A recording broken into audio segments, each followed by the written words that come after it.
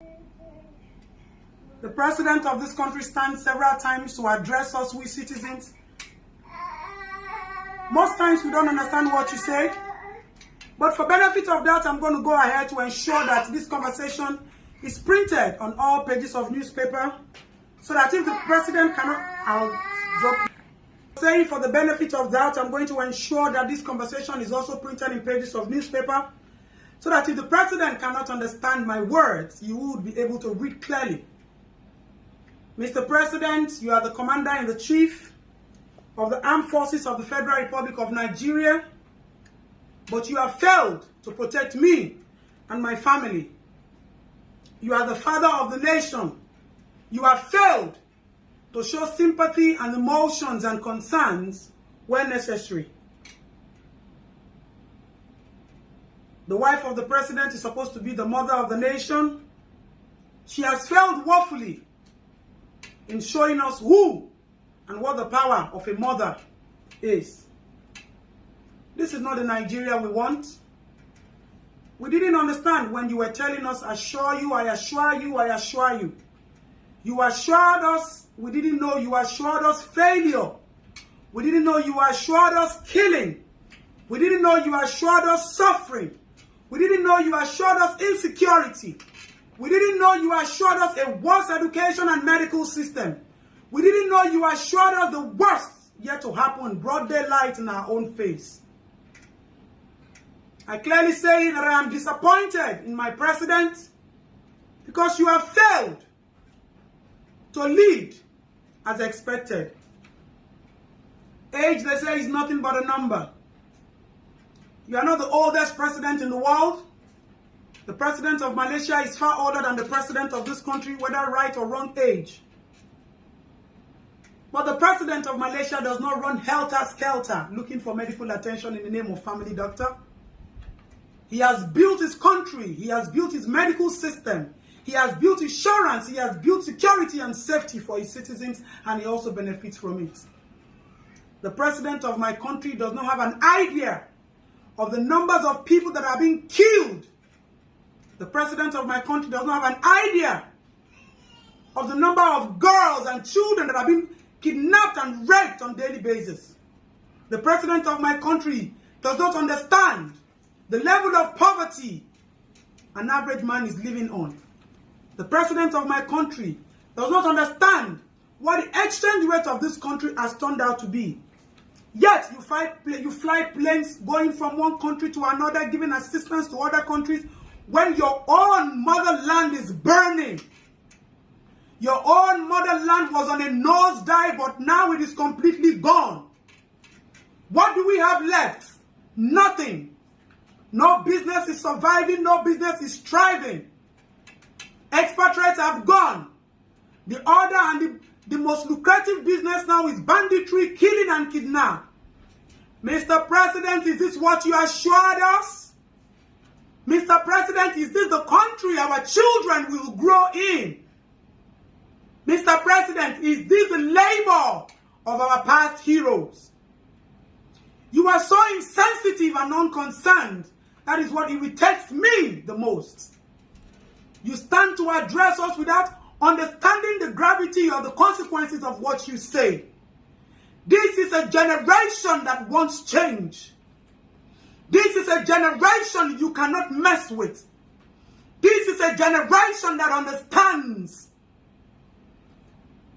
Technology is everywhere. We see so many things. Even if you are not capable, your level of education does not make you capable to do things that are expected of this country at this age and time. Why not hire people who have the capacity to do it?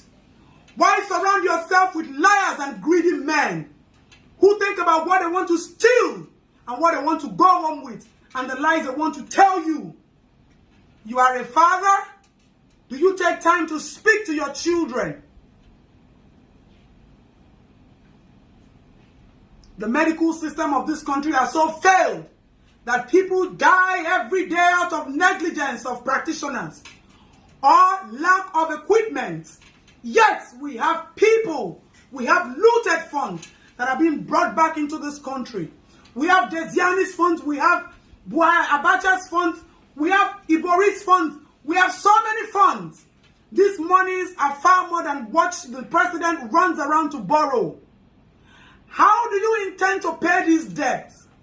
Nothing is functioning in this country. Mr. President, have you sold Nigeria? Let us know. An average citizen is dying in penury. You have so shamed us.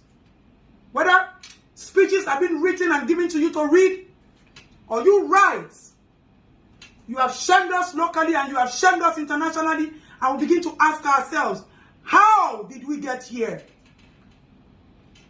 If this country is being controlled by political men, let us know. Because definitely, you are not the one in charge.